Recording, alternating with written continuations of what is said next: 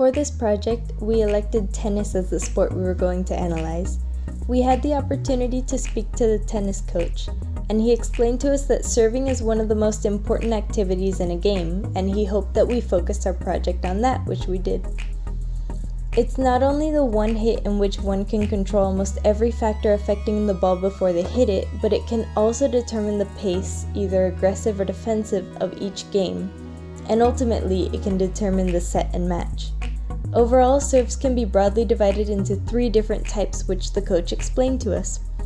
There's the flat serve, where there's minimal spin applied to the ball, which results in a faster serve and a lower, straighter bounce.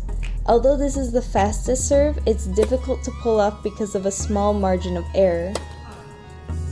This is the serve that we decided to focus on as compared to the slice or the kick serves, because those focus more on the spin, which is more difficult to analyze using just a camera.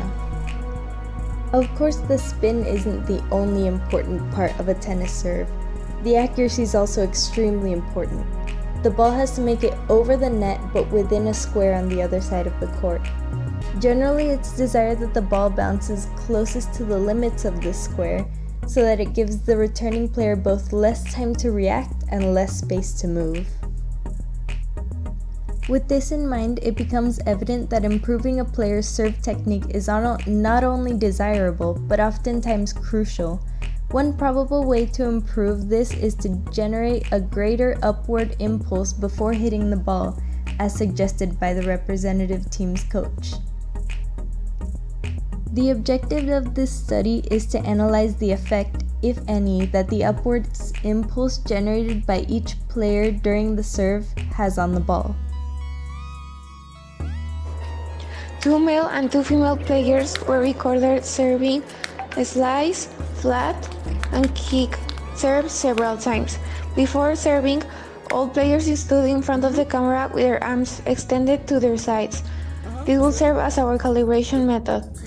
The videos were then cut into segments to facilitate the 2D analysis. Their movement was tracked with a digital camera on a tripod, and markers were placed on the base of the neck, shoulders, elbows, wrists, hips, knees, ankles, and tip of the feet. With skill specter, the position according to time of these specific points was obtained, and with that, the center of mass. At the same time, a video was recorded of the square in which the ball had to bounce. This video was used to select which serves were valid and to obtain the time it takes for the ball to travel from its point of contact with the racket to the court. The change in position of the center of mass seemed very similar for each person. In the x-axis, almost all the graphs were an almost straight line of their position moving slightly forward as they jumped towards the ball.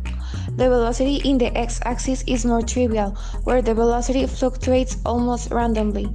There was no correlation found for the velocity in the x-axis as expected. However, the y-axis data seems to have a more understandable pattern. First, the velocity starts at a stable point. Then, as they jump, the velocity jumps forward. As they decelerate, the velocity has a negative slope. As they begin to fall, the velocity goes into the negatives. And finally, as they land, velocity stabilizes at 0 again. It was originally planned to use the total distance traveled by the ball from one side of the court to another and the time it took to find the average velocity, so that players' serve could be compared in terms of applied force to the ball. However, the capacity of 60 frames per second of the camera use was not enough. Also, the velocity seems to be very similar for each player. During this project, we discovered several possible sources of error, and we think it's important that we acknowledge them. Not having the necessary tools limited us into only recording half of the court at a time, which made the synchronized identification of the exact interval between the ball impact with the racket and the floor difficult.